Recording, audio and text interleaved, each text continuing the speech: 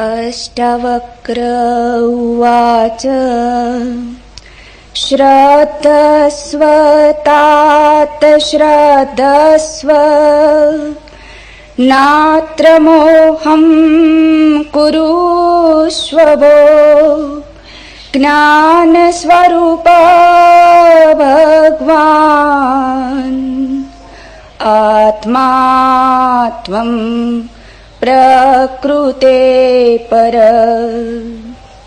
गुणैः संवेष्टितो देहो तिष्ठति आयाति याति च आत्मानगन्ता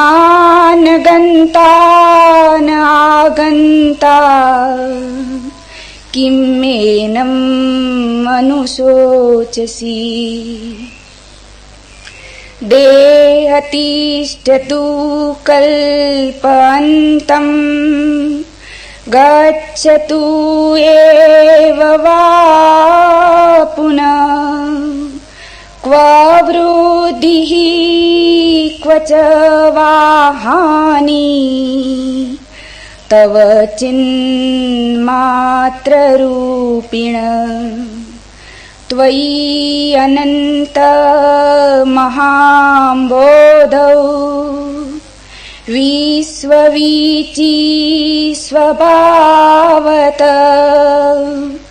उदेतु वास्तमायातु न ते वृत्ति न वाक्षति तात चिन्मात्ररूपोऽसि न ते भिन्नम् इदं जगत् अतः कस्य कथं कुत्र हेयोपादेय कल्पना एकस्मिन् अवयये शान्ते चिदाकाशे अमले त्वयि कुतो जन्म कुतः कर्म कुतो अहंकार एव च।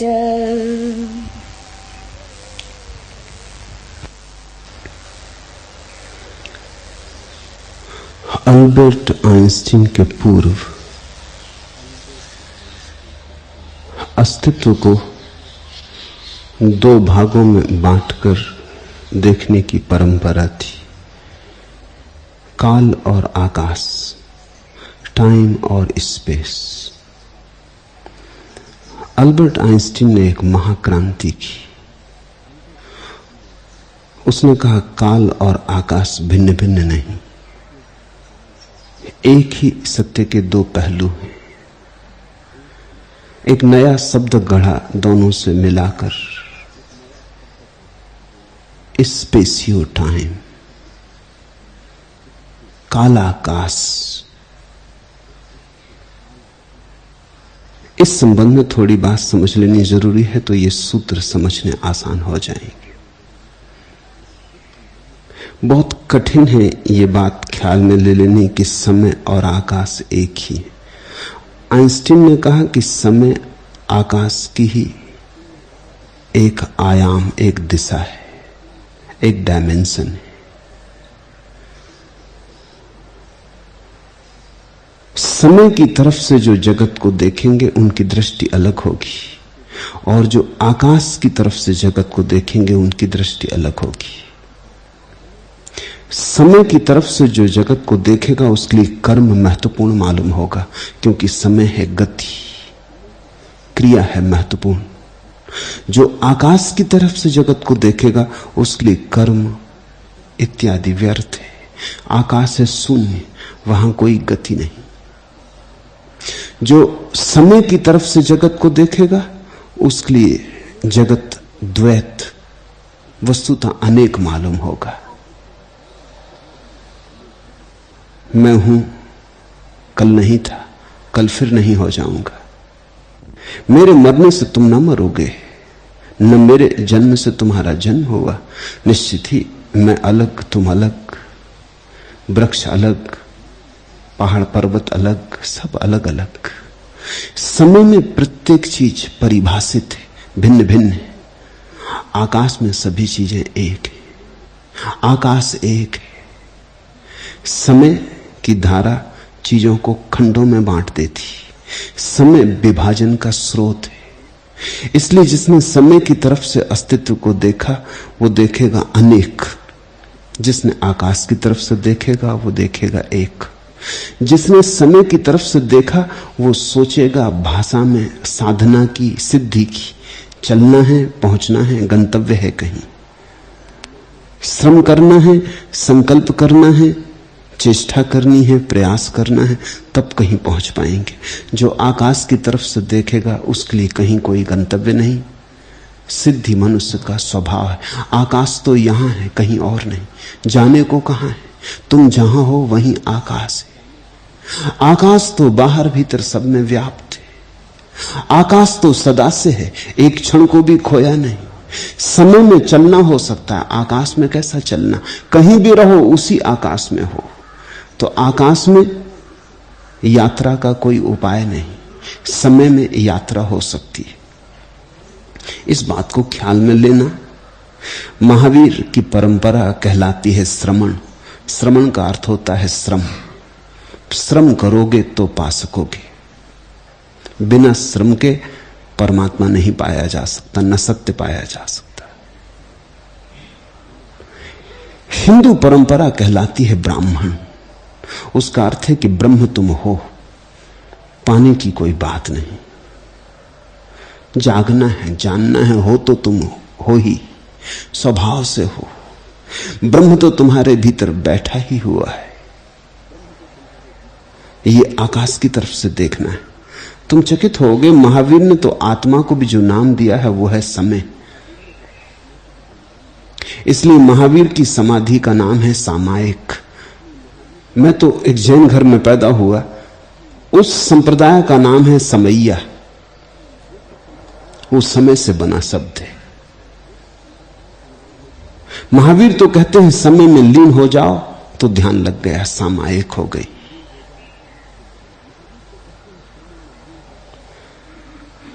समय में ठहर जाओ तो पहुंच गए। हिंदू परंपरा समय को मूल्य नहीं देती, इसलिए श्रम को भी मूल्य नहीं देती। आकाश का मूल्य है। ये सारे अष्टावक्र के सूत्र आकाश के सूत्र हैं। और जैसा अल्बर्ट आइंस्टीन कहता, आकाश और समय एक ही अस्तित्व के दो पहलू हैं, दोनों तरफ से पहुंचना हो सकता है। जो समय को मानकर चलेगा उसके लिए समर्पण संभव नहीं, संघर्ष, संकल्प। जो आकाश को मान के चलेगा वो अभी झुक जाए, यहीं झुक जाए, समर्पण संभव है। श्रद्धा, श्रम की कोई बात नहीं, बोध मात्र काफी है, कुछ करना नहीं है। जो समय को मानकर चलेगा उसे शुभ और अशुभ में संघर्ष है। अशुभ को हटाना है, शुभ को लाना है, बुरे को मिटाना है, भले को लाना है। इसलिए जैन विचार बहुत नैतिक हो गया, होना ही पड़ेगा। अंधेरे को काटना है, प्रकाश को लाना है, तो योद्धा बनना होगा। इसलिए तो वर्धमान का नाम महावीर हो गया। वो योद्धा थे, उन्होंने जीता, विजय की। जैन शब्द का अर्थ होता है जिसने जीता। अगर भक्त से पूछो तो वो कहेगा ये बात ही गलत, जीतने से कहीं परमात्मा मिलता, हारने से मिलता।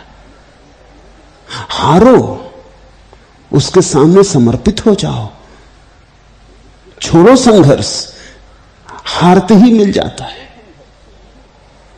ये दो अलग भाषाएं, दोनों सही हैं, याद रखना। दोनों तरफ से लोग पहुंच गए हैं। तुम्हें जो रुच जाए बस वही तुम्हारे लिए सही है। हालांकि ये मन में वृत्ति होती जो एक धारणा को मानता है, दूसरे को गलत कहने की वृत्ति स्वाभाविक है। जो मानता है संकल्प से मिलेगा वो कैसे मान सकता है समर्पण से मिल सकता है? अगर वो मान ले कि समर्पण से मिल सकता है तो फिर संकल्प की जरूरत क्या रही? और जो मानता है समर्पण से ही मिलता है, वो अगर मान ले कि संकल्प से भी मिल सकता है तो फिर समर्पण का क्या मूल्य रह गया? इसलिए दोनों एक दूसरे का खंडन करते रहेंगे, एक दूसरे का विरोध करते रहेंगे। तुम चकित होगे ये बात जानकर, हिंदू और मुसलमान में उतना विरोध नहीं, उनकी पद्धति तो एक ही है। जैन और हिंदू में बहुत विरोध है, उनकी पद्धति मौलिक रूप से भिन्न है। मुसलमान भी, ईसाई भी, हिंदू भी, वे सब अगर गौर से समझो तो आकाश की धारणा को मान के चलते। थोड़े बहुत भाषा के भेद होंगे लेकिन मौलिक अंतर नहीं। लेकिन बुद्ध, महावीर आकाश की भाषा को मान के नहीं चलते, समय की भाषा को मान के चलते। सारे जगत के धर्मों को श्रमण और ब्राह्मण में बांटा जा सकता है। और इस बात को मैं फिर दोहरा दूं कि दोनों तरफ से लोग पहुंच गए हैं। इसलिए तुम इस चिंता में मत पड़ना कि दूसरा गलत है। तुम तो इतना ही देख लेना तुम्हारा किससे संबंध बैठ जाता, तुम्हारे भीतर का स्वा किसके साथ छंदोबद्ध हो जाता, बस उतना काफी है। इससे ज्यादा विचारणी नहीं है। हिंदू परंपरा की आत्यंतिक पराकाष्ठा पहुंची अद्वैत पर, लेकिन महावीर अद्वैत पर नहीं जा सकते, क्योंकि अद्वैत का तो मतलब हो जाएगा फिर पाने को कुछ नहीं बचता। दूसरा तो चाहिए ही, संघर्ष करने को भी कुछ नहीं बचता अगर दूसरा ना हो, हराने को भी कुछ नहीं बचता अगर दूसरा ना हो। योद्धा के लिए अकेले होने में क्या प्रयोजन रह जाएगा? लिए तलवार कमरे में नाच रहे, कूद रहे, युद्ध नहीं रह जाएगा, नाच हो जाएगा। योद्धा को तो दूसरा चाहिए जिसकी चुनौती में जूझ सके। तो महावीर कहते हैं संसार अलग, परमात्मा अलग, और दोनों में संघर्ष है। चेतना और पदार्थ में संघर्ष है। इसलिए महावीर अद्वैतवादी नहीं है, द्वैतवादी है।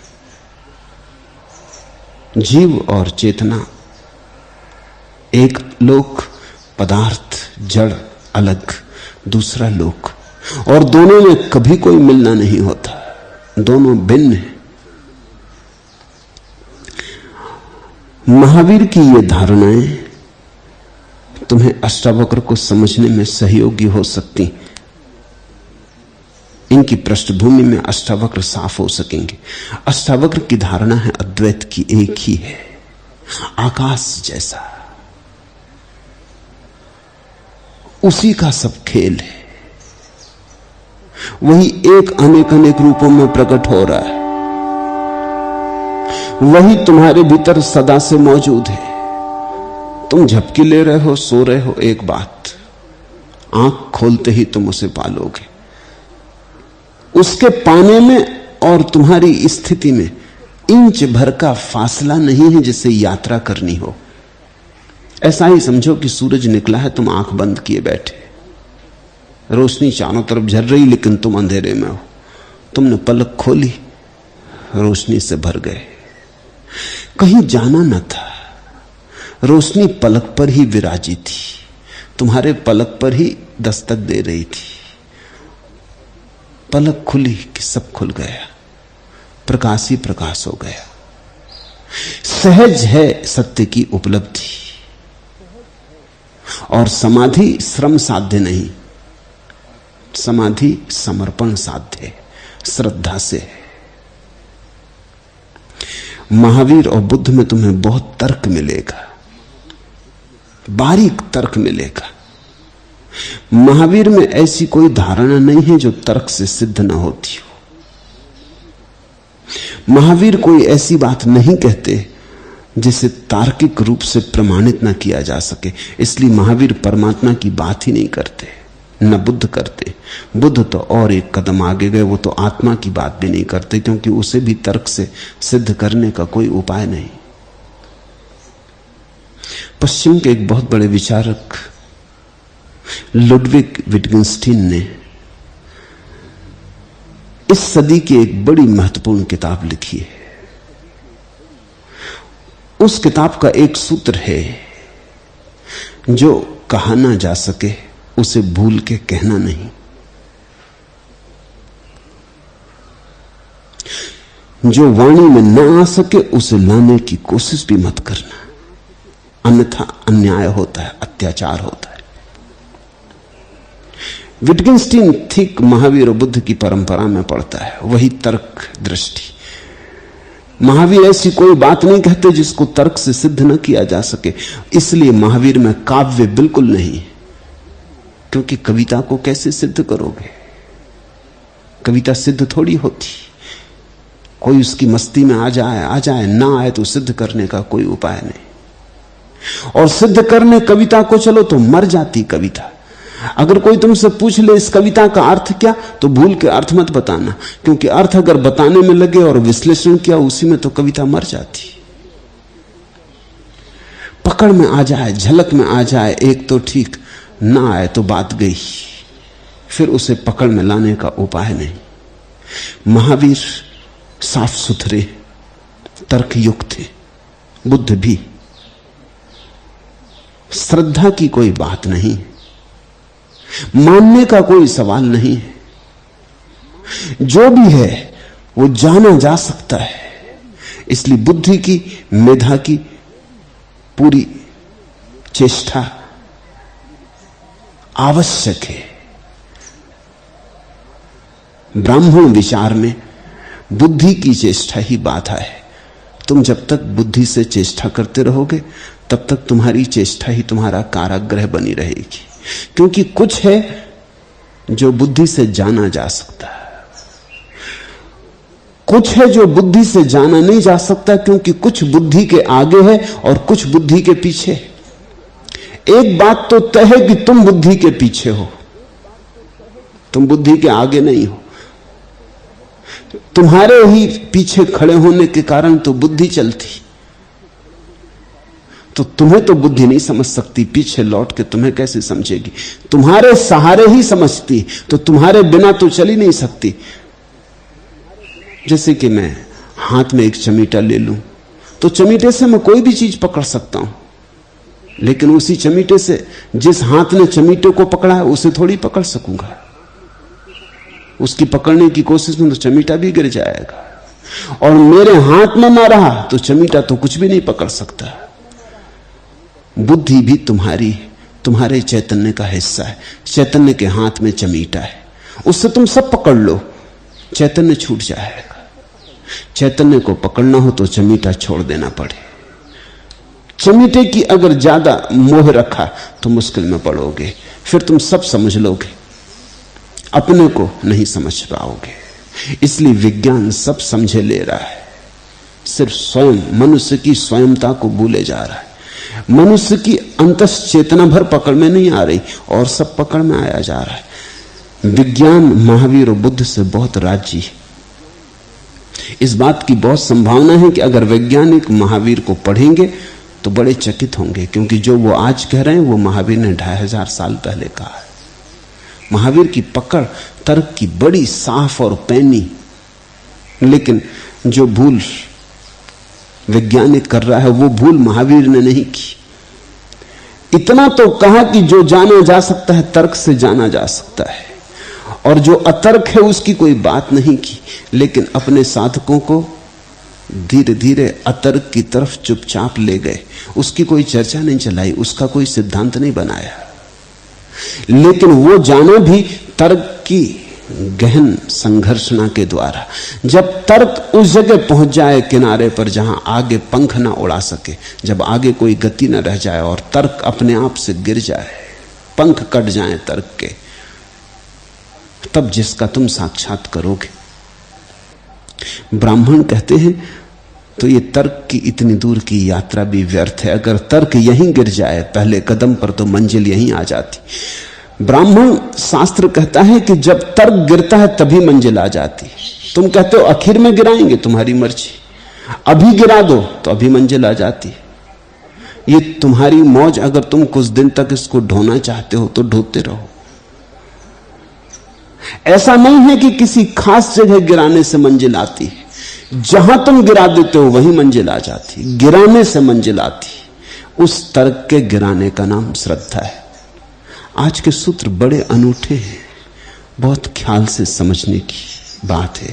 पहला सूत्र, हे सौम्य, हे प्रिय, श्रद्धा कर, श्रद्धा कर, इसमें मोह मत कर। तू ज्ञान रूप है, भगवान है, परमात्मा है, प्रकृति से परे। हे सौम्य, सौम्य का अर्थ होता है समत्व को उपलब्ध, सौंदर्य को उपलब्ध, समता को उपलब्ध, प्रसाद को उपलब्ध, समाधि के बहुत करीब है। जो सौम्य शब्द बड़ा प्यारा है। संतुलन को उपलब्ध, जो भीतर ठहरा ठहरा हो रहा है, ठहरा जा रहा है, आखिरी तरंग भी खोई जा रही, जल्दी ही कोई तरंग न रह जाएगी झील पर। समाधि बस करीब है, जैसे क्षण भर की देर है, पलक खुलने को बस इतना ही फासला है। अब तक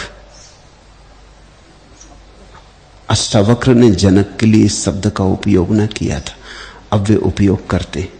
वे कहते हैं, हे सौम्य, हे समाधि के निकट पहुंच गए जनक, हे समता में ठहरने वाले जनक।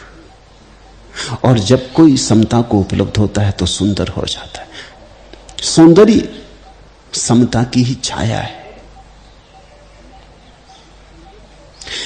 अगर कभी शरीर भी किसी का सुंदर मालूम होता है तो इसलिए मालूम होता है कि शरीर में एक अनुपात है, एक समत्व है। शरीर में एक सिमेट्री है।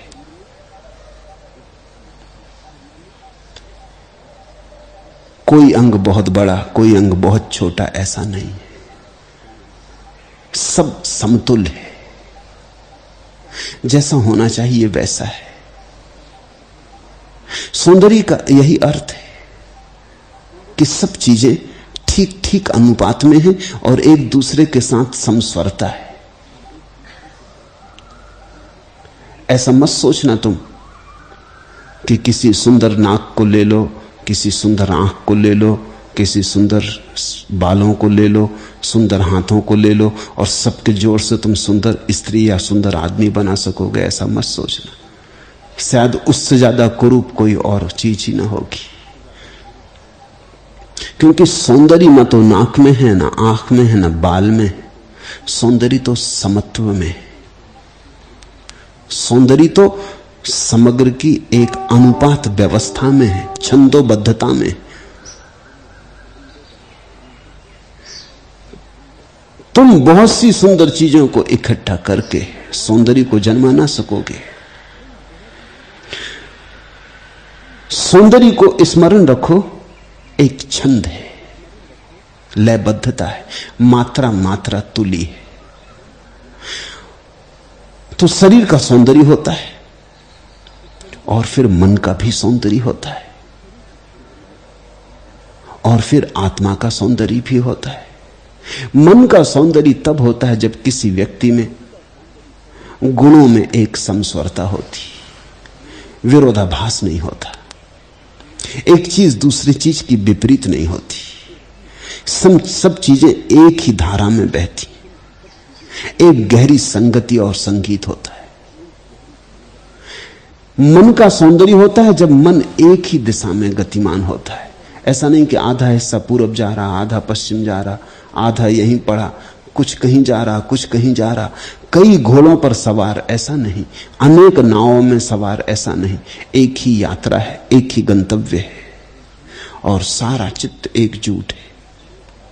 जब भी कभी तुम ऐसा व्यक्ति पाओगे जिसका चित्त एक धारा में बह रहा है, छिन्न भिन्न नहीं, तब तुम पाओगे एक मन का सौंदर्य, एक प्रसाद उस व्यक्ति के पास मिलेगा। फिर आत्मा का सौंदर्य है। आत्मा का सौंदर्य तब है जब आत्मा जागती है और समाधि के करीब आने लगती। जनक को अष्टावक्र कहते हैं। हे सौम्य, ये वैसी दशा है जैसे कभी कभी सुबह तुम्हें होती, अभी जाग भी नहीं गए हो और सोए भी नहीं हो, थोड़े थोड़े जाग भी गए हो, थोड़े थोड़े सोए भी हो, अलसाए हो। आवाजें भी सुनाई पड़ने लगी बाहर की, दूध वाला दस्तक दे रहा है द्वार पर, वो भी पता चल रहा है। बच्चे स्कूल जाने की तैयारी करने लगे, दौड़ धूप कर रहे हैं, वो भी स्मरण में आ रहा है। पत्नी चाय बनाने लगी, केतली की आवाज भी धीमी धीमी कान में पड़ने लगी है, गंध भी नाकों में आने लगी है, शायद खिड़की से सूरज की किरण भी आ रही है, वो भी चेहरे पे पड़ रही है और ताप मालूम होने लगा। फिर भी अभी अलसाए हो, अभी पूरे जाग नहीं गए, नींद सरकती सरकती विदा हो रही। ऐसी अवस्था जब आदमी के आत्यंतिक जगत में, आंतरिक जगत में घटती, तब आदमी सौम्य। अभी आत्मा पूरी जाग नहीं गई है, बस जागने के करीब है, लगने तो लगा है कुछ कुछ, स्वाद थोड़ा थोड़ा आने लगा है, खबर मिलने लगी है अपने स्वभाव की, लेकिन अभी पूरा पर्दा नहीं उठा। एक झलक मिली, एक खिड़की खुली है, छलांग नहीं लगी। हे सौम्य, हे प्रिय। और गुरु के लिए शिष्य तभी प्यारा होता है जब वो सौम्य हो जाता, जब वो समाधि के करीब आने लगता है। यही तो गुरु की सारी चेष्टा है कि सोए को जगा दे, कि खोए को उसका स्मरण दिला दे, कि भटके को राह पर ला दे। और जब देखता है कि कोई आने लगा मंजिल के करीब, और जनक ने जैसी अभिव्यक्ति दी है, जैसे उत्तर दिए हैं अष्टावक्र को, किताब में तो सिर्फ उत्तर है, उत्तर से भी बहुत खबर मिलती है, लेकिन अष्टावक्र के सामने तो जनक स्वयं मौजूद थे। आंख से, मुख मुद्रा से, हाव भाव से, उठने बैठने से, हर चीज से खबर मिल रही होगी। समता आ रही, समाधि करीब आ रही। जैसे तुम किसी बगीचे के करीब जाते हो, अभी दूर से दिखाई भी नहीं पड़ता बगीचा, फिर भी हवाएं ठंडी हो जाती, हवाओं में थोड़ी फूलों की गंध आ जाती, इत्र तैरने लगता। तुम्हें अभी बगीचा दिखाई भी नहीं पड़ता, लेकिन तुम कह सकते हो कि ठीक दिशा में हो। ठंडक बढ़ती जाती, शीतलता बढ़ती जाती, गंध प्रखर और तीव्र होती जाती। तुम जानते हो कि बगीचा ठीक करीब है और तुम ठीक दिशा में हो। ऐसी ही दशा होगी, मस्ती छाई जाती, आंखों में खुमार आने लगा होगा। ये परमात्मा की शराब बूंद बूंद गिरने लगी जनक के हृदय में। ये घड़ी आ गई जब गुरु शिष्य को प्रिय कहे। ये करीब आ गई घड़ी जब गुरु शिष्य को अपने पास बिठाने के योग्य मानेगा। ये घड़ी आने लगी करीब जब गुरु और शिष्य में फर्क न रह जाएगा। प्रिय उसका सूचक है। प्रिय का मतलब होता है अब मैं तुम्हें अपने हृदय के करीब लेता, अब मैं तुम्हें अपने समान स्वीकार करता हूं, अब तुम मेरे ही तुल्य हो गए, होने लगे। अब मुझमें और तुझमें कोई भेद नहीं। जल्दी ही कौन गुरु कौन से पता लगाना न रह जाएगा। प्रेम जिससे भी तुम्हें होता है तुम उसे अपने समान स्वीकार कर लेते। यही फर्क है। प्रेम की अनेक कोटियां हैं। बाप का अपने बेटे पर प्रेम होता, उसे हम कहते वात्सल्य। प्रेम नहीं कहते। वात्सल्य का अर्थ है बाप बहुत ऊपर, बेटा बहुत नीचे, वहां से उंडेल रहा। बेटा पात्र की तरह बहुत नीचे रखा, बाप के प्रेम की धारा पड़ रही। गुरु के प्रति प्रेम होता, उसे हम श्रद्धा कहते, आदर कहते, सम्मान कहते। उसे भी हम प्रेम नहीं कहते, क्योंकि गुरु ऊपर बैठा है। और हमारा प्रेम और श्रद्धा जैसे किसी ने धूप बाली हो और धूप का धुआं चढ़ने लगे ऊपर की तरफ, ऐसा है। ऊपर की यात्रा पर जा रहा है। लेकिन जब तुम किसी के प्रेम में पड़ जाते तो प्रेम कहते। प्रेम का अर्थ होता है तुम जिसके प्रेम में हो वो ठीक तुम्हारे ही साथ खड़ा है। इसलिए तो ऐसा अक्सर होता है, मेरे पास कोई पति आके सन्यासी हो जाता है तो वो कहता है मैं चाहता हूं मेरी पत्नी भी आ जाए, लेकिन मैं लाख उपाय करूं वो सुनती नहीं। मैं उससे कहता हूं तू भूल के मत करना उपाय, ऐसा कभी हुआ ही नहीं, तू ना ला सकेगा, क्योंकि जिसके साथ प्रेम किया उसके साथ संभाव स्वीकार कर लिया, अब वो तुझे गुरु नहीं मान सकती। ऐसा पत्नी भी आ जाती कभी मेरे पास, वो संन्यास्त हो जाती, दीक्षित हो जाती, चाहती पति को भी ले आए। वो चाहे भी स्वाभाविक है, जो हमें मिला वो उनको भी मिल जाए जिन्हें हम प्रेम करते हैं, लेकिन ये हो नहीं पाता। पति और अकड़ने लगता है, पत्नी को गुरु माने ये जरा कठिन। इसलिए पति और पत्नी एक दूसरे को कभी भी राजी नहीं कर पाते, बहुत मुश्किल मामला है। जितना राजी करने की कोशिश करेंगे उतनी दूरी बढ़ती जाती, उतनी नाराजी बढ़ती जाती, राजी कोई नहीं होता। तो मैं उनसे कहता हूं इस झंझट में पड़ना ही मत। जिसको एक बार स्वीकार कर लिया अपने समान, जिसको प्रेम दिया, अब उसके तुम गुरु बनना चाहो, और ये गुरु बनना है, तुम मार्ग दिखाते हो, तुम कहते हो चलो कहीं मुझे मिला वहां तुम भी चलो। वो ये मान नहीं सकती कि तुम उससे आगे हो सकते हो। लेकिन एक ऐसी घड़ी आती जब गुरु शिष्य से कहता हे प्रिय, जब गुरु का प्यार शिष्य पर बरसता, वात्सल्य के दिन गए, प्रेम के दिन आ गए।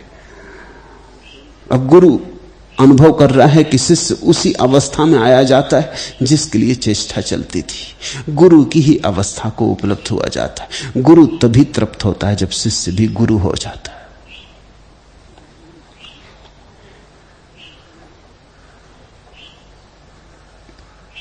हे प्रिय, श्रद्धा कर, श्रद्धा कर। श्रद्धा का अर्थ समझ लेना।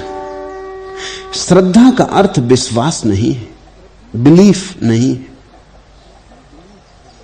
क्योंकि जिस श्रद्धा का अर्थ विश्वास होता है वो तो श्रद्धा ही नहीं है।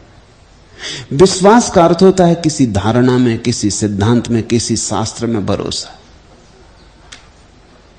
श्रद्धा का अर्थ होता है स्वभाव में, सत्य में, सिद्धांत में नहीं, जीवन में, अस्तित्व में। और यह घड़ी है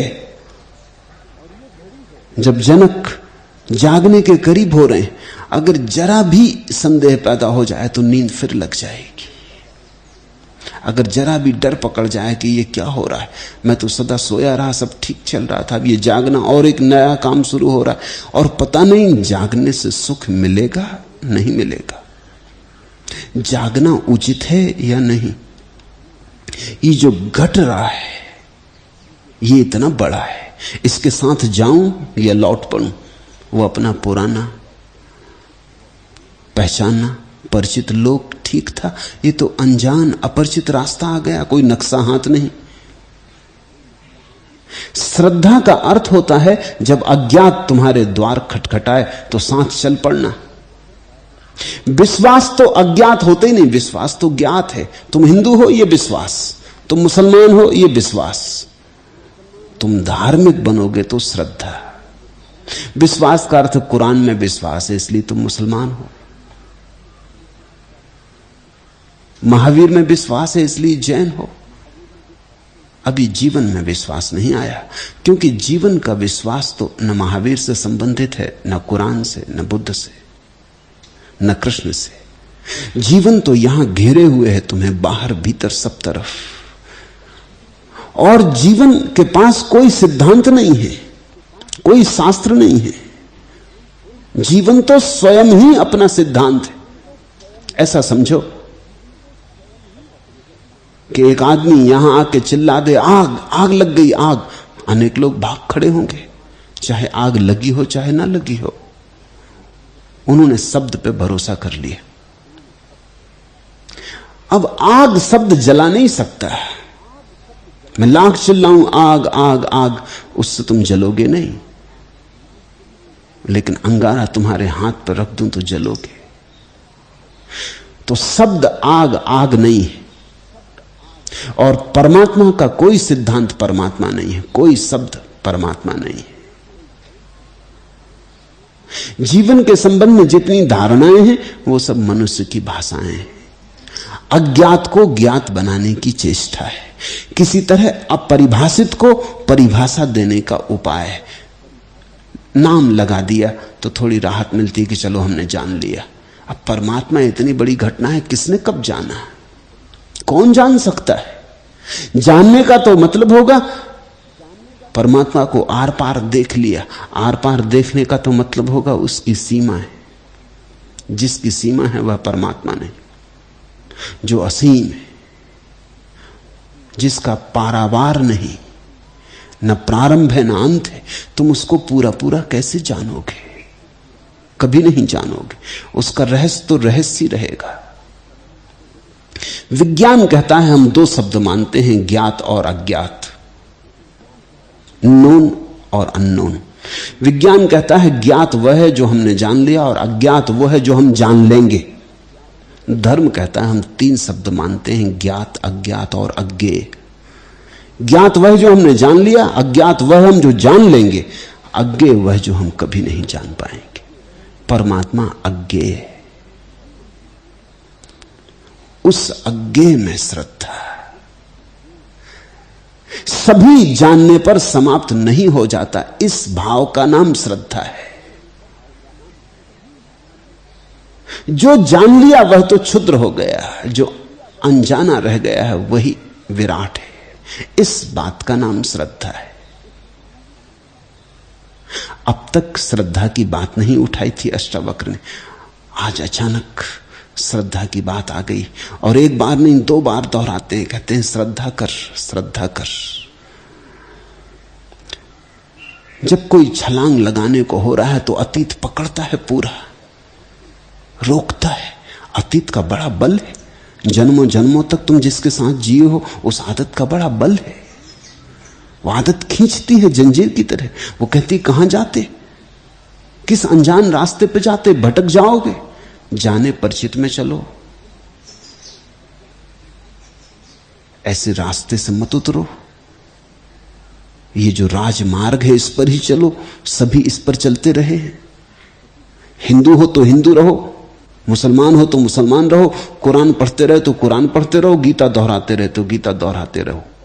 ये परिचित है। ये तुम कहां उतर जाते हो? जीवन, जीवन बहुत बड़ा है।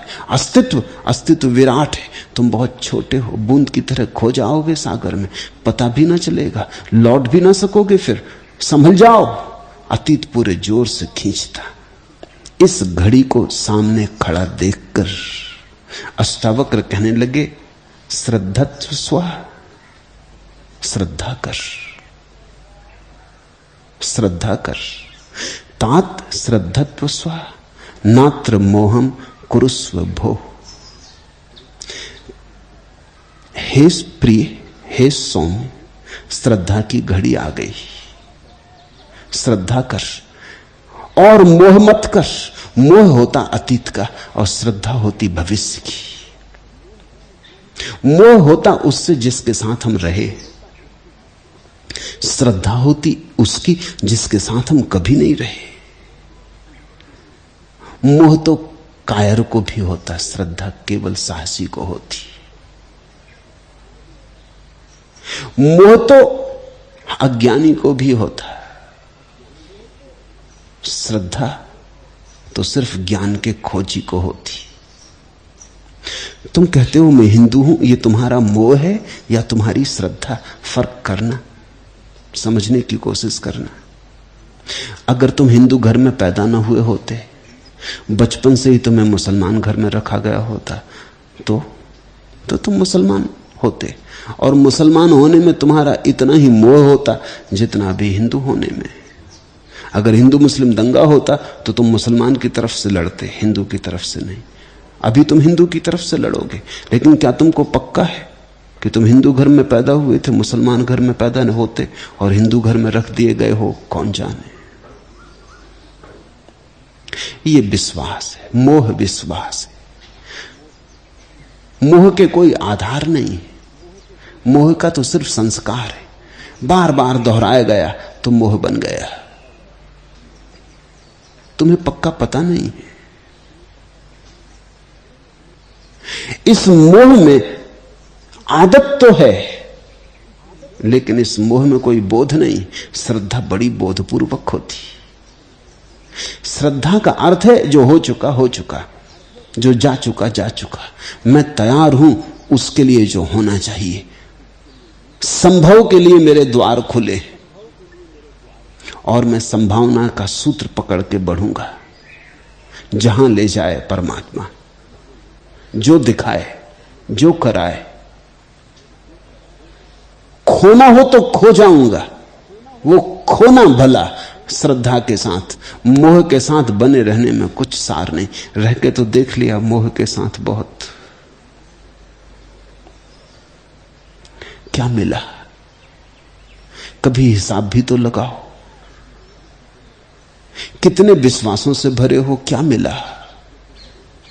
बस विश्वास ऐसे हैं जैसे आग, शब्द जलाते नहीं। विश्वास ऐसे हैं जैसे अमृत शब्द। अब अमृत शब्द को लिखते रहो, घोंट घोंट के लिखते रहो, पी जाओ घोंट घोंट के, तो भी कुछ अमृत को उपलब्ध नहीं हो जाओगे। श्रद्धा उसकी तलाश है जो है। श्रद्धा सत्य की खोज। श्रद्धा का विश्वास से दूर का भी नाता नहीं, और विश्वासी अपने को समझ लेता मैं श्रद्धालु हूं तो बड़ी भ्रांति में पड़ जाता है। विश्वास तो झूठा सिक्का है। यह तो कमजोर की आकांक्षा है। श्रद्धा असली सिक्का, हिम्मतवर की खोज है। हे सौम्य, हे प्रिय, श्रद्धा कर, श्रद्धा कर, इसमें मोह मत कर। तू ज्ञान रूप है, भगवान है, परमात्मा है, प्रकृति से परे है। डर मत, सीमा में उलझ मत।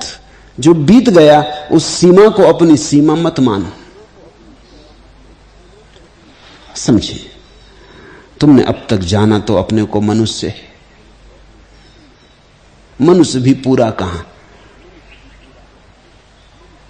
कोई हिंदू है, कोई ईसाई है, कोई जैन है, उसमें भी खंड। फिर हिंदू भी पूरा कहां? उसमें कोई ब्राह्मण है, कोई शूद्र है, कोई क्षत्रिय है, कोई वैश्य है। फिर ब्राह्मण भी पूरा कहां? कोई देशस्थ, कोई कोकणस्थ।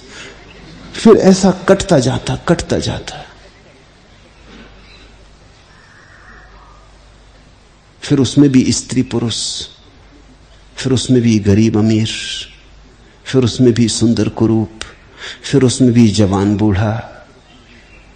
कितने खंड होते चले जाते। आखिर में बचते हो तुम बड़े क्षुद्र, बड़ी सीमा में बंधे, हजार हजार सीमाओं में बंधे। ये तुमने जाना है। आज अचानक मैं तुमसे कहता हूं तुम भगवान हो, श्रद्धा नहीं होती। तुम कहते हो भगवान और मैं। कहां की बात कर रहे आप? मैं तो जैसा अपने को जानता हूं महापापी हूं, हजार पाप करता हूं, चोरी करता हूं, जुआ खेलता हूं, शराब पीता हूं, फिर भी मैं कहता हूं तुम भगवान हो। ये तुमने जो सीमाएं अपनी मान रखी हैं, ये तुम्हारी मान्यता में है।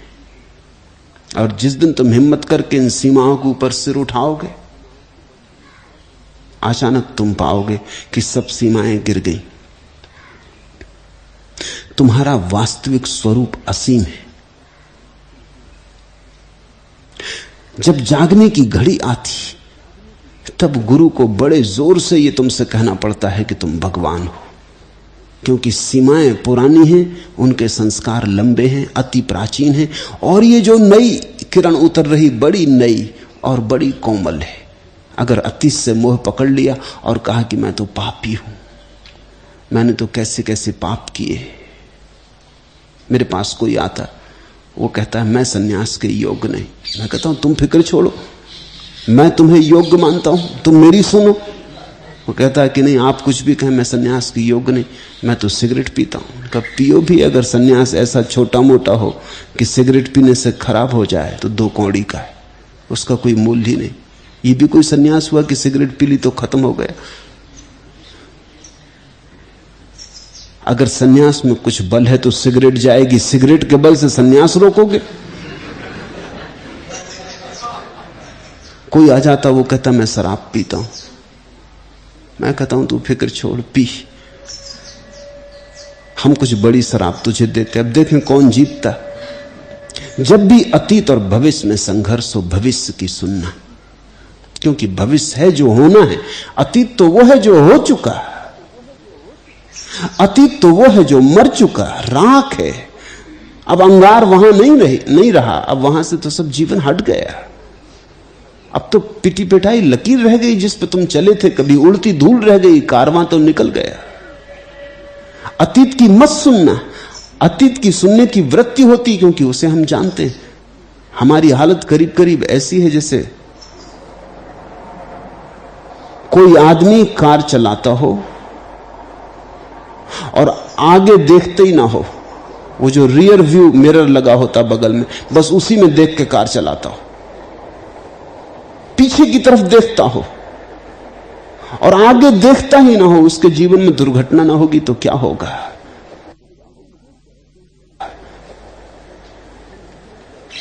हम जीवन को ऐसे ही चला रहे हैं, पीछे की तरफ जा रहे हैं, देखते हैं, और आगे की तरफ जा रहे हैं। देख सकते हो पीछे की तरफ, जाना तो आगे की तरफ ही पड़ेगा। तो अगर आंखें पीछे लगी रही और जाना आगे हुआ, दुर्घटना ना होगी तो क्या होगा। ये तो अंधी हो गई यात्रा। जहां जा रहे हो वहीं देखो भी, इसका नाम श्रद्धा। भविष्य में जा रहे हो, भविष्य अनजाना अपरिचित, उस पर श्रद्धा रखो। अगर डमाडोल हुए, घबराए, तो तुम मोह से भर जाओगे। जेल खाने से अगर 20 वर्ष के बाद कोई कैदी छूटता तो अपनी हथकड़ियों की तरफ भी मोह से देखने लगता है। 20 साल कोई छोटा वक्त नहीं होता। फ्रांस में क्रांति हुई तो फ्रांस का जो सबसे बड़ा किला था बेस्तिले का, वो तोड़ दिया क्रांतिकारियों ने। वहां आजन में कैदी ही रहते थे। कोई 50 साल से कैद था, एक तो ऐसा कैदी था जो 70 साल से कैद था। 70 साल तक हथकड़ियां, बेड़ियां। और बेस्तिले में जो कैदी भर्ती होते थे उनकी हथकड़ियों में ताला नहीं होता था, क्योंकि वो तो आजन में कैदी थे। वो तो हथकड़ी बंद कर दी जाती थी, बेड़ी जोड़ दी जाती थी। वो तो मरेंगे तभी पैर काट के निकलते थे, हाथ काट के निकलते थे, जिंदा में तो उनको छूटना नहीं। 70 साल तक जो आदमी बेड़ी हथकड़ियों में बंधा हुआ एक काली कोठरी में पड़ा रहा है जहां सूरज की रोशनी नहीं आई, उसको तुम सोचो, अचानक तुम छोड़ दो।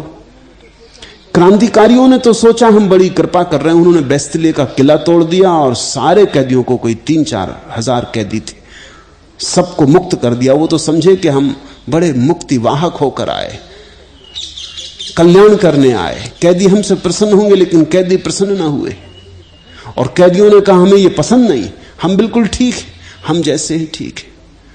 लेकिन क्रांतिकारी तो जिद्दी होती है तो सुनते नहीं कि तुम्हें क्रांति करवानी कि नहीं करवानी। उन्होंने तो जबरदस्ती हथकड़ियां तोड़वा के बाहर निकाल दिया।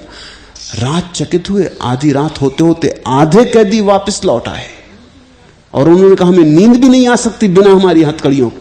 50 साल, 60 साल, 70 साल हथकड़ियां पैर में रहीं, हाथ में हथकड़ियां रहीं, बेड़ियां पैर में रहीं, तो ही हम सो पाए। अब तो हमें नींद भी नहीं आ सकती। वो भजन चाहिए, उस भजन के बिना नींद नहीं आती। उस भजन के बिना हम नंगे नंगे मालूम होते हैं, कुछ खाली खाली मालूम होते। और अब जाएं कहां? बाहर बहुत डर लगता है, आंखें अंधेरे की आदी हो गई, रोशनी घबराती। बेस्तिले की कथा बड़ी महत्वपूर्ण है, ये वास्तविक घटना है। और बेस्तिले के कैदी तो 70 साल 50 साल ही रहे थे। मनुष्य की कैद तो बड़ी प्राचीन है, सनातन है। जन्मों जन्मों से हम सीमा में रहे। कभी वृक्ष की सीमा थी, कभी जानवर की सीमा थी, कभी पक्षी की सीमा थी, अब आदमी की सीमा है। हम सीमा में ही रहे हैं अनंत अनंत काल से। हम बेस्तिले में कैद हैं अनंत अनंत काल से। आज अचानक जब घड़ी आएगी मुक्ति की और कोई अष्टावक्र हमें मुक्त करने आ जाएगा तो स्वाभाविक है कि हमारा मोह प्रबल हो उठे। हमारी पुरानी आदत कहे ये क्या करते हो, नहीं रुक जाओ, अज्ञात में मत रखो चरण। अंधेरे में मत जाओ, अतीत की रोशनी जरूरी है, परंपरा में जियो। ध्यान रखना, श्रद्धा बड़ी क्रांतिकारी घटना है। आमतौर से लोग उल्टा समझते हैं। आमतौर से लोग समझते हैं जो श्रद्धालु है वो परंपरागत, ट्रेडिशनल। इससे ज्यादा मूढ़तापूर्ण कोई बात नहीं हो सकती। श्रद्धावान व्यक्ति बिल्कुल ही नॉन ट्रेडिशनल होता, उसकी कोई परंपरा हो ही नहीं सकती। श्रद्धा की और परंपरा, परंपरा तो होती अतीत की, अतीत का होता विश्वास। श्रद्धा तो होती भविष्य की, उसकी परंपरा कहां। परंपरा तो होती भीड़ की, समाज की, श्रद्धा तो होती व्यक्ति की, अकेले की। हे सौम्य, हे प्रिय, श्रद्धा कर, श्रद्धा कर, इसमें मोह मत कर। तू ज्ञान रूप है, भगवान है, परमात्मा है, प्रकृति से परे है। ये उद्घोषणाएं बड़ी घबराती, यह हमें बड़ा बेचैन कर देती। किसी को कहो कि तुम भगवान हो तो सोचता है शायद मजाक तो नहीं कर रहे, कोई व्यंग तो नहीं किया जा रहा। तुम्हारे धर्म गुरुओं ने तो तुम्हें सिखाया तुम पापी हो, तुम्हारे धर्म गुरुओं ने तो सिखाया कि तुम नारकी हो, तुम्हारे धर्म गुरुओं ने तो तुम्हें सिखाया कि तुम मनुष्य होने के भी काबिल नहीं हो, तुम तो पशुओं से गए बीते हो। लेकिन जिसने तुम्हें ऐसा सिखाया, धर्मगुरु तो दूर, उसे धर्म का कोई भी पता नहीं। वो तुम्हारी सीमाओं को मजबूत कर रहा है, वो तुम्हारी जंजीरों को मजबूत कर रहा है, वो तुम्हारे कारागृह को मजबूत कर रहा है, वो तुम्हें मुक्त ना होने देगा। वास्तविक धर्मगुरु तुमसे कहता है कि तुम मुक्त हो, मुक्ति तुम्हारा स्वभाव है। तात, हे सौम्य, भो, हे प्रिय, श्रद्धा कर, श्रद्धा कर, अत्र मोहम न कुरुष। जरा भी मोह में मत पड़ना। अब पढ़ने का भाव उठेगा, पढ़ना मत, सजग रहना। भगवान शब्द बड़ा महत्वपूर्ण है। इसका अर्थ होता है भाग्यवान, इसका अर्थ होता है भाग्यशाली। तुम भगवान हो, इसका अर्थ तुम भाग्यशाली हो। भाग्य का अर्थ होता है तुम्हारा भविष्य।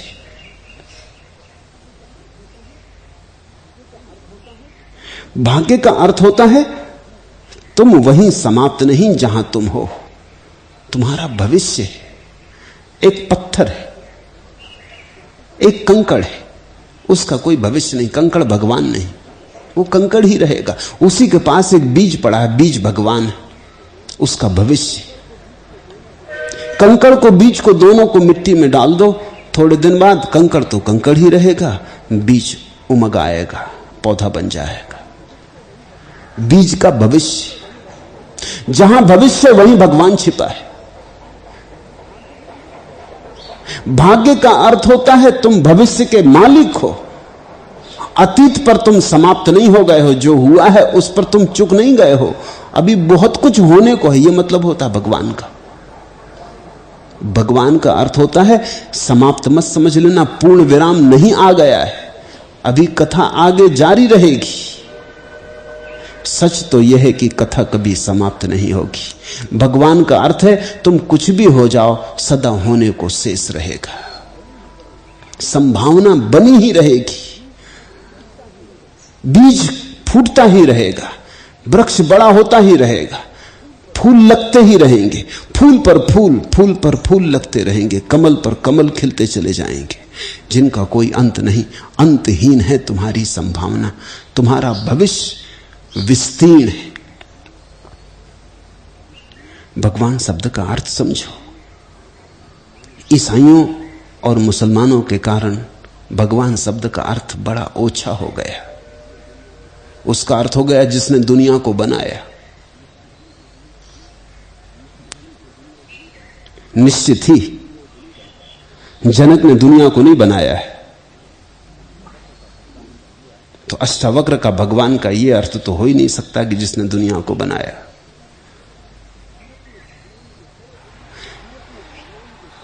भारत में भगवान के बड़े अनूठे अर्थ थे। उस शब्द की महिमा को समझो। उसका अर्थ होता है जिसे चुकाया ना जा सके, जिसकी संभावना को परिपूर्ण रूप से कभी वास्तविक ना बनाया जा सके। क्योंकि जिस दिन संभावना पूरी की पूरी चुक गई उस दिन बीज कंकड़ हो गया, फिर इसके बाद कुछ नहीं हो सकता। जिसमें विकास और विकास सदा संभव है वही भगवान। तू भाग्यवान है, भविष्य है तेरा, विकास है तेरा, संभावना है तुझमें छिपी। तू बीज है, कंकड़ नहीं। एक और शब्द है ईश्वर। वो शब्द भी बड़ा अद्भुत है। अंग्रेजी के शब्द गॉड में वो मजा नहीं है, वो खूबी नहीं है जो ईश्वर में या भगवान में। अंग्रेजी का शब्द गॉड बहुत गरीब है।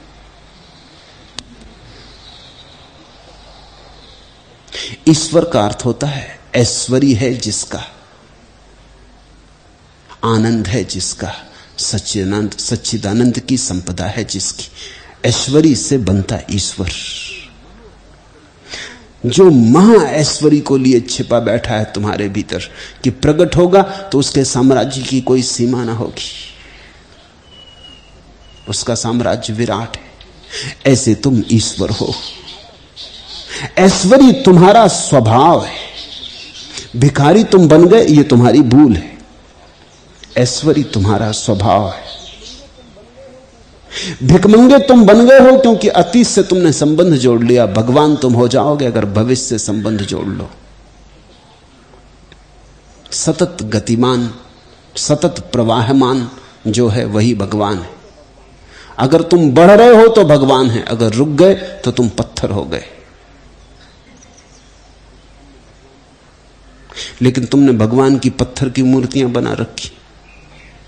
पत्थर की भूल के भगवान की मूर्ति मत बनाना, क्योंकि पत्थर में बहाव तो बिल्कुल नहीं। हिंदू बेहतर थे, नदी को पूज लेते थे, सूरज को पूज लेते थे, उसमें कहीं ज्यादा भगवत्ता है।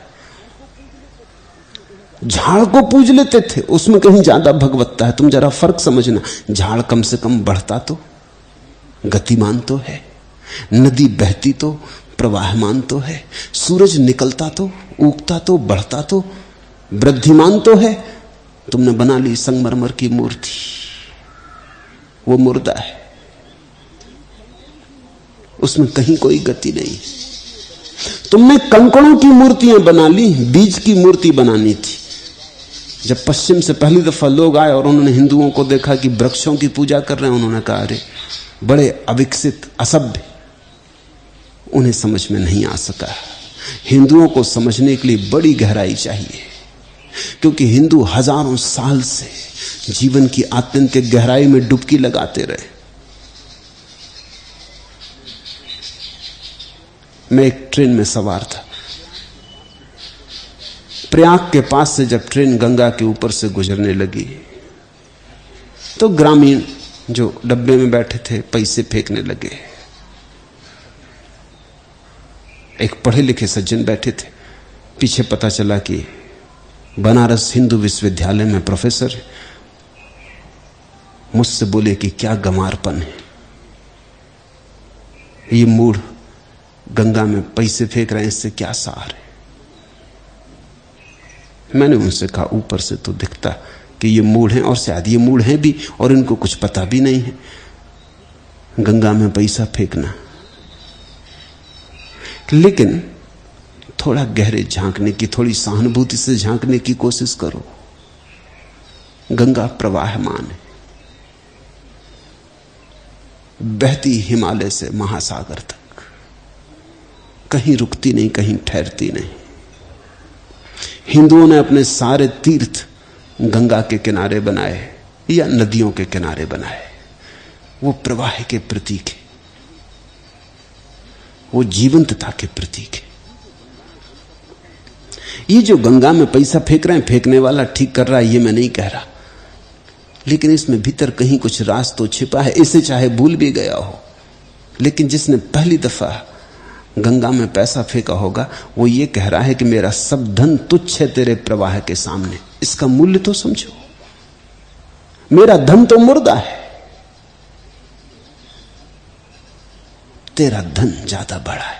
मैं अपने धन को तेरे धन के सामने झुकाता हूं, मैं अपने धन को तेरे चरणों में रखता हूं। वृक्ष की पूजा में कहीं ज्यादा भगवत्ता का लक्षण है। ईसाई पूछते हैं क्रॉस को, मरी हुई चीज को वो बढ़ती नहीं। इससे तो बेहतर वृक्ष कम से कम बढ़ता तो, नए पात तो लगेंगे, नए फूल तो खिलेंगे। वृक्ष का कोई भविष्य तो है। और वृक्ष का कुछ ऐश्वर्य भी है। जब फूल खिलते हैं वृक्ष में तो देखा, जीसस ने अपने शिष्यों से कहा कि देखो खेत में खिले लिली के फूलों को। सोलोमन, सम्राट सोलोमन अपनी परिपूर्ण गरिमा में भी इतना सुंदर न था। और ये फूल लिली के न तो श्रम करते न मेहनत करते, इनकी महिमा कहां से आती? कौन इन्हें इतना सौंदर्य दे जाता? कहां से बरसता ये प्रसाद? ऐश्वर्य तुम्हारा स्वभाव है, भगवान होना तुम्हारी नियति है। तुम अपने ऐश्वर्य को प्रकट करो, तुम अपनी भगवत्ता की घोषणा करो। और ध्यान रखना, तुम्हारी भगवत्ता की घोषणा में सारे अस्तित्व की भगवत्ता की घोषणा छिपी। कहीं तुमने अपने भगवान होने की घोषणा की और सोचा कि और कोई भगवान नहीं, मैं भगवान हूं, तो तुम भूल में पड़ गए। तो ये अहंकार की घोषणा हो गई। तो ये भगवान से तो तुम बहुत दूर चले गए, बिल्कुल विपरीत छोर पे पहुंच गए। क्योंकि भगवान होने की घोषणा में तो अहंकार बिल्कुल नहीं है। ऐश्वर्य वही है जहां तुम नहीं हो, और भगवान वही है जहां मैं का सारा भाव खो गया। तब तुम भी भगवान जैसे विराट, असीम, अनंत। गुणों से लिपटा हुआ शरीर आता है और जाता है। आत्मा न जाने वाला है और न आने वाला है। इसके निमित्त तू किस लिए सोच करता है?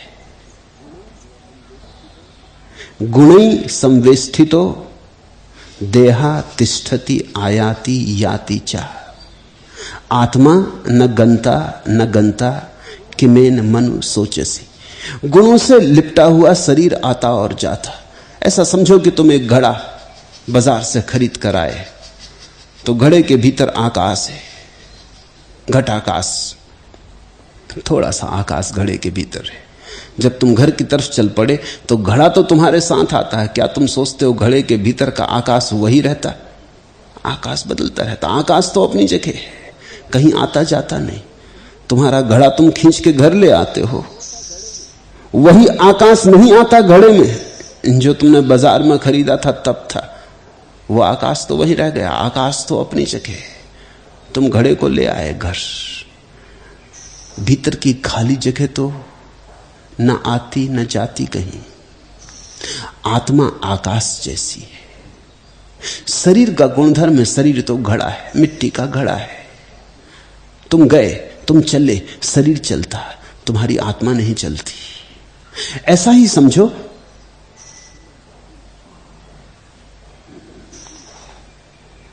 मुल्ला नसरुद्दीन एक ट्रेन में सवार था।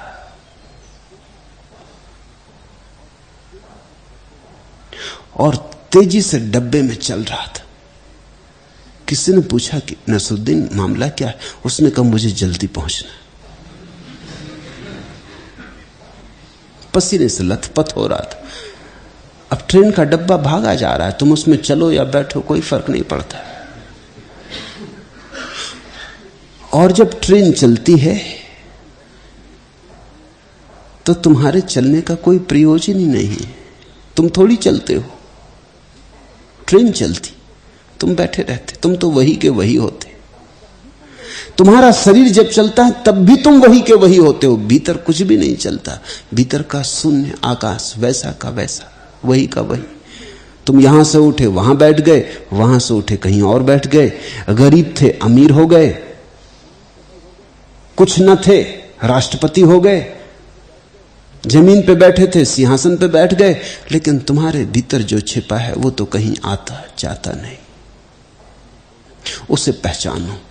न भोजन करते भोजन करता, न राह चलते चलता, न रात सोते सोता, सदा वैसा का वैसा है, एक रस। गुणों से लिपटा हुआ शरीर आता और जाता, आत्मा न जाने वाला है और न आने वाला है। इसके लिए सोच का कोई कारण ही नहीं, क्योंकि सोच का कोई अर्थ नहीं। तो मुल्ला नसरुद्दीन जैसे ट्रेन में चल रहा, ऐसी तुम सोच कर रहे हो, व्यर्थ ही सोच कर रहे हो, इसका कोई प्रयोजन नहीं। जैसे ही ये बात समझ में आ जाती, सोच छोड़ना नहीं पड़ता, सोच छूट जाता। अगर मुल्ला को ये बात समझ में आ जाए कि तेरे चलने से कुछ अर्थ नहीं होता, ट्रेन चल रही उतना ही चलना हो रहा है, तू नाहक अलग से चलने की कोशिश कर रहा है, इससे कुछ जल्दी नहीं पहुंच जाएगा, तो मुल्ला बैठ जाएगा।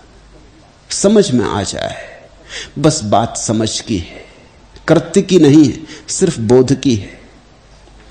गुणे संवेष्टिता देहा तिष्ठति।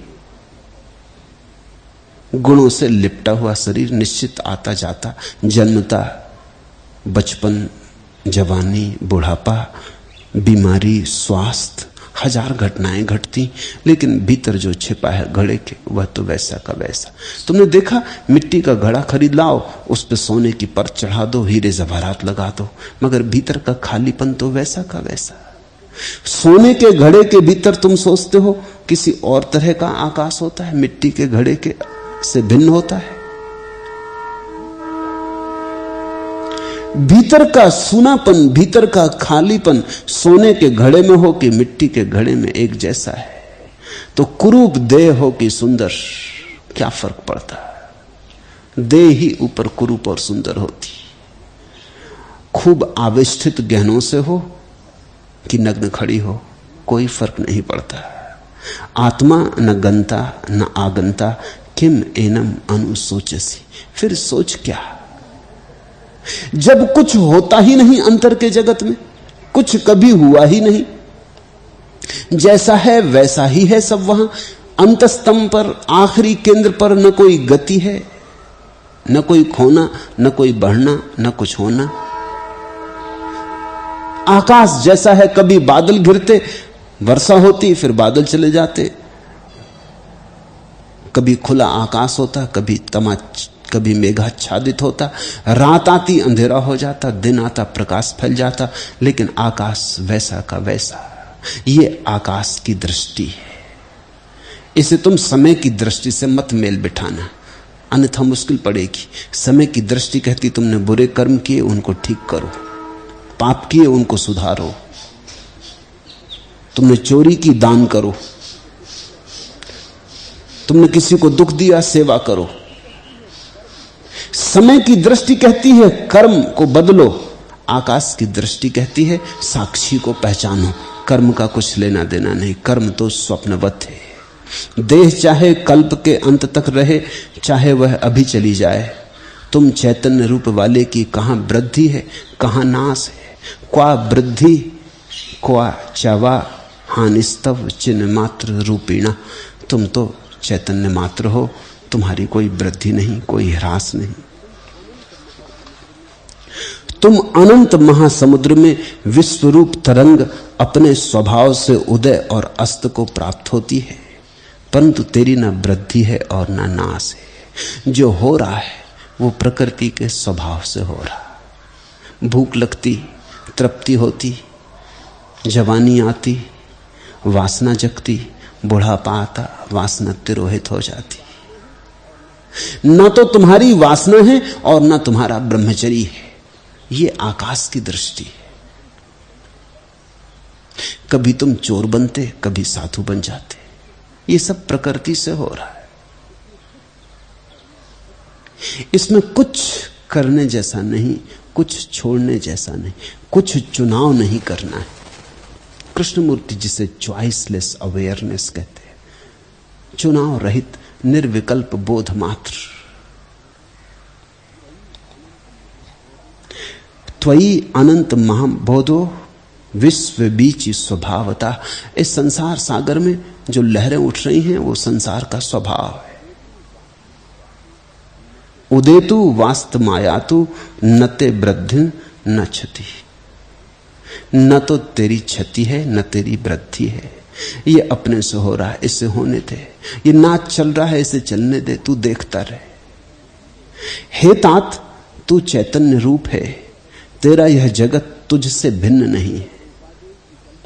इसलिए हे और उपादेय की कल्पना किसकी और क्यों कर। मिदम जगत अतः कस्य कथम कुत्र हेयोपादेय कल्पना। तू चैतन्य रूप है, तेरा ये जगत तुझसे भिन्न नहीं है। और यहां हम जो भिन्नताएं देख रहे हैं वो सब भिन्नताएं ऊपर ऊपर हैं, भीतर हम अभिन्न हैं। देखा बैलगाड़ी का चाक, आरे लगे होते, परिधि पर तो आरे सब अलग होते, लेकिन केंद्र पर जाकर सब जुड़ गए होते। और एक मजा देखा कि चाक घूमता है, कील नहीं घूमती, कील वैसी ही खड़ी रहती। जिस पे घूमता है वो नहीं घूमती।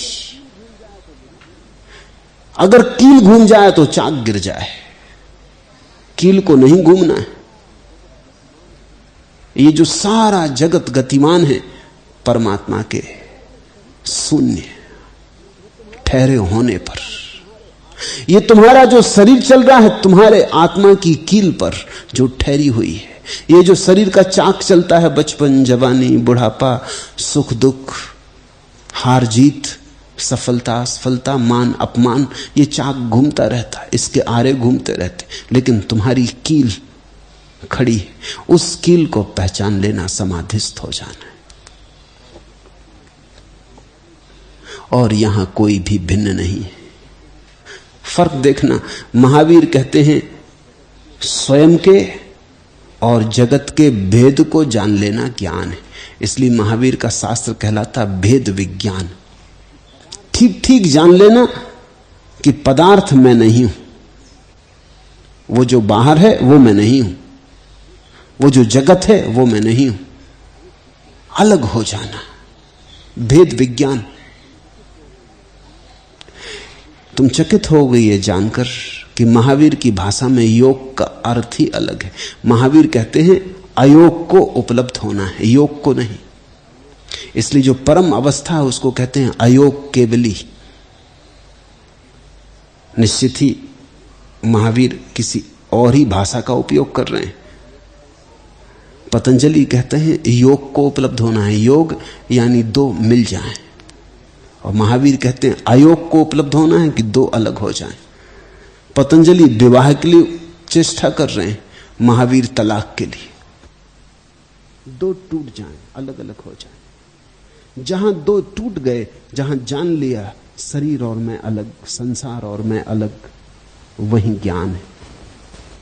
आकाश की दृष्टि में जहां जान लिया सब एक, अभिन्न, वही ज्ञान है।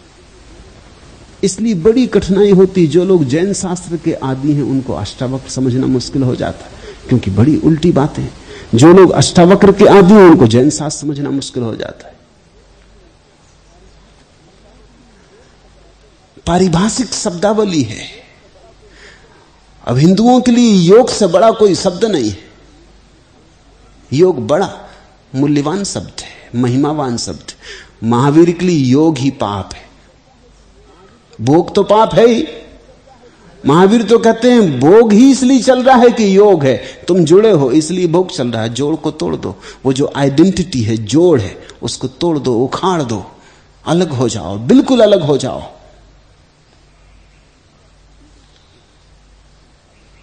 हिंदू कहते हैं तुम अलग हो, यही तुम्हारा अहंकार है।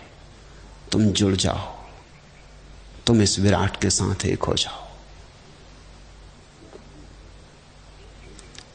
जरा भी भेद ना रह जाए, भेद मात्र खो जाए, अभेद हो जाए। हे तात, तू चैतन्य रूप है, तेरा ये जगत तुझसे भिन्न नहीं। इसलिए है और उपादेय की कल्पना किसकी, क्यों कर और कहां। सुनना इस क्रांतिकारी वचन को। अष्टावक्र कहते हैं फिर क्या बुरा और क्या भला, है क्या, उपादेय क्या, अच्छा क्या, शुभ क्या, अशुभ क्या। जो हो रहा है हो रहा है, जो हो रहा है, जैसा हो रहा है वैसा ही होगा, होने दो। न कुछ अच्छा है न कुछ बुरा है, जो हो रहा है स्वाभाविक है। अगर ऐसी बात ख्याल में आ जाए तो परम शांति उदय हो जाएगी। नहीं तो दो तरह की अशांतियां हैं। एक असाधु की अशांति, वो सोचता है साधु कैसे बने, वो चेष्टा में लगा है, हार जाता है, बार बार आत्मविश्वास खो देता है, बार बार फिर डुबकी लग जाती है अंधेरे में, फिर तड़फता है, पछताता है, सोचता है कैसे साधु बनूं। एक साधु है, वो साधु बन गया, लेकिन भीतर भाव चलता रहता कि पता नहीं असाधु मजा लूट रहे हैं। मैंने न मालूम कितने साधुओं से मुलाकात की होगी, न मालूम कितने साधुओं को मिला हूं, सदा ये पाया है कि उनके भीतर कहीं ना कहीं भीतर ये भाव बना है, कहीं ऐसा तो नहीं है कि हम मूर्ख बन गए हों, अपने हाथ से छोड़ बैठे, दूसरे मजा कर रहे हैं। एक जैन साधु हैं कनक विजय, एक बार मेरे घर मेहमान हुए। 2-4 दिन जब उन्होंने मुझे समझ लिया और लगा कि मेरे मन में कोई है उपादेय नहीं है, तो उन्होंने कहा आपसे एक बात कह दूं, किसी और से तो कह ही नहीं सकता, क्योंकि और तो दूसरे तत्क्षण पकड़ लेंगे कि ये साधु, और ऐसी बात आपसे कह दूं कि मैं 9 साल का था तब मैं साधु हुआ। मेरे पिता साधु हुए, मां मर गई।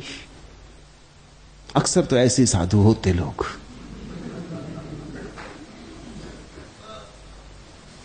पत्नी मर गई तो पिता सन्यासी हो गए, और एक ही बेटा था घर में, वो क्या करे, 9 साल का बच्चा, तो उसको भी सिर मुड़ लिया, उसको भी सन्यासी कर दिया। अब 9 वर्ष का बच्चा सन्यासी हो जाए तो अड़चन तो आने वाली है, वो भी जैन सन्यासी। तो वो हो तो गए हैं 60 साल के, लेकिन उनकी बुद्धि 9 साल पे अटकी ही रहेगी, क्योंकि जीवन का मौका नहीं मिला, जीवन को जानने का अवसर नहीं मिला, भोग की पीड़ा झेलने की सुविधा नहीं मिली। वो झेलना जरूरी है। बुरा करने का अवसर नहीं मिला तो बुरा अटका रह गया है, वो चुभता है, पता नहीं दूसरे लोग मजा लूट रहे हैं। 9 साल का बच्चा, तुम थोड़ा सोचो, दूसरे बच्चे आइसक्रीम खा रहे हैं और 9 साल का सन्यासी चला जा रहा है, वो आइसक्रीम नहीं खा सकता। जरा दया करो 9 साल के बच्चे पर। सब सिनेमा के बाहर लाइन लगाए खड़े, बड़े बड़े दिग्गज टिकट खरीदने खड़े, 9 साल का सन्यासी चला जा रहा है, वो टिकट नहीं खरीद सकता सिनेमा की। उन्होंने मुझसे कहा आपसे मैं कह दूं, किसी और से मैं कह नहीं सकता, क्योंकि आपको मैं अनुभव करता हूं कि आप मेरी निंदा ना करेंगे। मैंने कहा तुम कहो क्या? उन्होंने कहा कि मुझे सिनेमा देखना। पागल हो गए, अब 60 साल की उम्र में सिनेमा? कहने लगे बस मेरे मन में ये रहता कि पता नहीं भीतर क्या होता है। इतने लोग जब देखते हैं और लाइनें लगी हैं और लोग लड़ाई झगड़ा करते हैं, मारपीट हो जाती टिकट के लिए, तो भीतर क्या है? कभी सिनेमा देखा नहीं, स्वाभाविक जिज्ञासा। तुम्हें हंसी आती क्योंकि तुमने देखा है, इसलिए तुम्हें कुछ अड़चन नहीं मालूम होती कि इसमें मामला क्या है। लेकिन तुम जरा उस आदमी की सोचो, उसकी तरफ से सोचो। मुझे बात समझ में आई, मैंने कहा ठीक है। मेरे पास एक जैन श्रावक आते थे, मैंने उनसे कहा कि देखें इनको सिनेमा दिखा दें, बेचारे बुढ़ापे में यही भाव लेके मरे तो अगले जन्म में सिनेमा में चौकीदारी करेंगे। इनको बचा लें, इनको उबार लें। वो तो जैन थे, वो तो घबरा गए। उन्होंने कहा कि आप मुझे फंसाएंगे। अगर समाज को पता चल गया कि मैं इनको ले गया हूं सिनेमा, तो मैं तक झंझट में पड़ूंगा। आप कहते हैं मेरी बात समझ में आ गई, मैं आपको सुनता हूं इसलिए समझ में भी आता, मगर मैं नहीं ले जा सकता।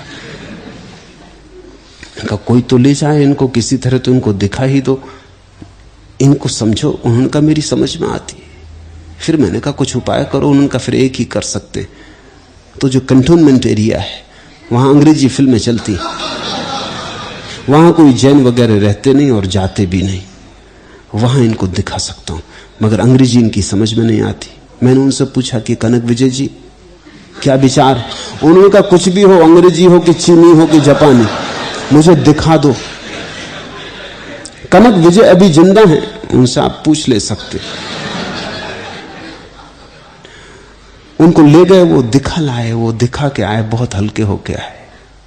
वो कहने लगे एक बोझ उतर गया, अब कुछ भी नहीं है वहां, लेकिन अभी तक मैं एक बोझ से दबा था। जीवन अनभोगा बीत जाए तो बहुत सब कचरा कूड़ा इकट्ठा हो जाता। मैं ये नहीं कह रहा हूं कि भोग से ही तुम मुक्त हो जाओगे। अगर भोगे भी सोए सोए तो कभी मुक्त ना होगे। ऐसे लोग जो 60 साल से निरंतर सिनेमा देख रहे हैं फिर भी जा रहे हैं। तो ये नहीं कह रहा हूं कि जिन्होंने देख लिया वो मुक्त हो गए। जिन्होंने देख लिया वो मुक्त हो सकते हैं अगर थोड़ी भी समझ हो।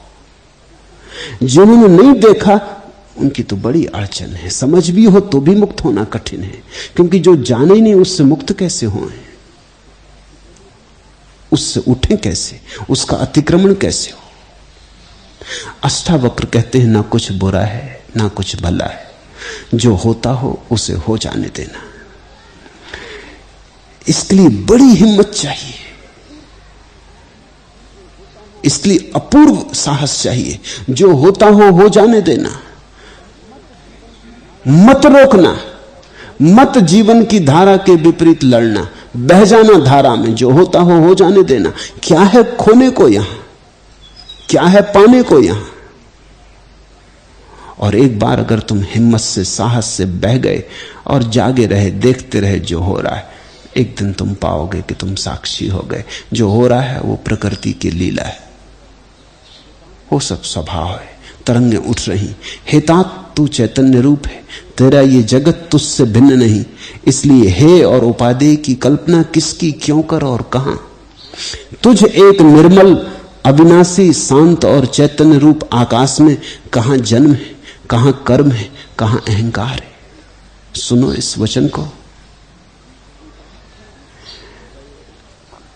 एकास्मिन् वये शांते चिदाकाशे अमले त्वयि कुतो जन्म कुतः कर्म कुतो अहंकार एवचा। एकस्मिन्, तू एक, क्योंकि एक ही है, कोई द्वैत नहीं। तेरे एक में ही सब समाया हुआ है और तू सब में समाया हुआ है। अमले, और तू कभी भी मल को उपलब्ध नहीं हुआ, कभी तू दोषी नहीं हुआ, कभी तुझसे कुछ पाप नहीं हुआ, क्योंकि पाप हो नहीं सकता, क्योंकि तू करता नहीं है, तू केवल साक्षी है। तू तो दर्पण की तरह है। इसके सामने किसी ने किसी की हत्या कर दी तो दर्पण थोड़ी पापी होता है। दर्पण को थोड़ी अदालत में ले जाओगे कि इसके सामने हत्या हुई, कि ये दर्पण भी पापी हो गया, कि ये दर्पण भी दूषित हो गया। जो हुआ है वो प्रकृति में हुआ है। हत्या हुई, साधु बने असाधु बने, वो सब शरीर की प्रकृति है। और तुम्हारे भीतर जो चैतन्य का दर्पण है अमले, उसका कोई मल नहीं है, निर्मल है, अव्यय, अविनाशी है, शांत है, चिदाकाशे, चैतन्य रूप आकाश है, चिदाकाशे। ये पूरी की पूरी ब्राह्मण धारा का सार भाव है। चिदाकाशे। जन्म कुतः, कहां तो तेरा जन्म हो नहीं सकता। शरीर ही जन्मता है और शरीर ही मरता है, तू तो न जन्मता और न मरता।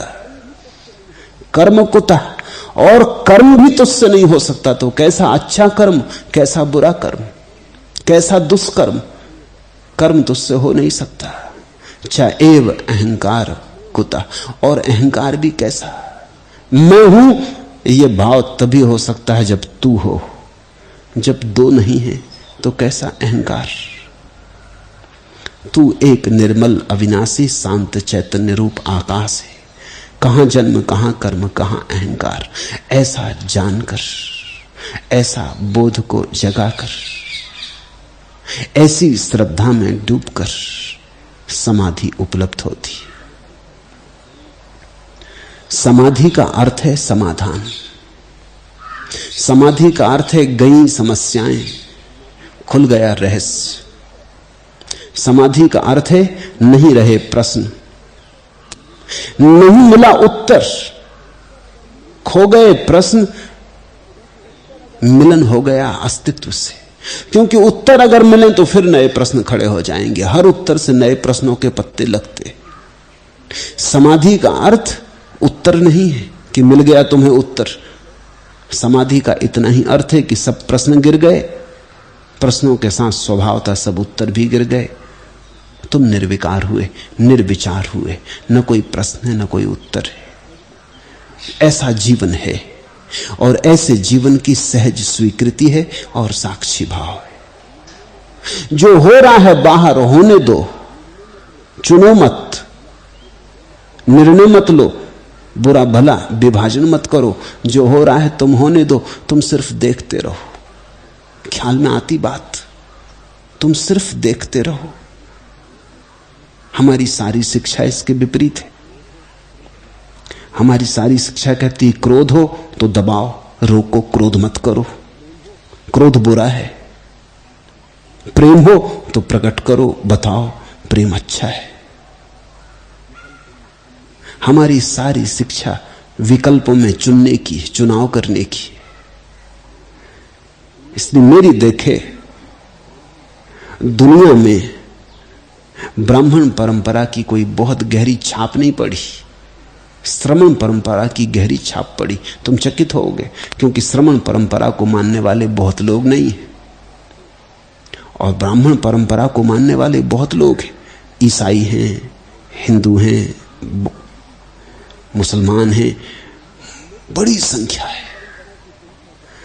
लेकिन फिर भी श्रमण परंपरा की संख्या ज्यादा नहीं है, तो भी उसकी छाप बहुत गहरी पड़ी, क्योंकि श्रम परंपरा का तर्क मनुष्य की बुद्धि में जल्दी समझ में आता है।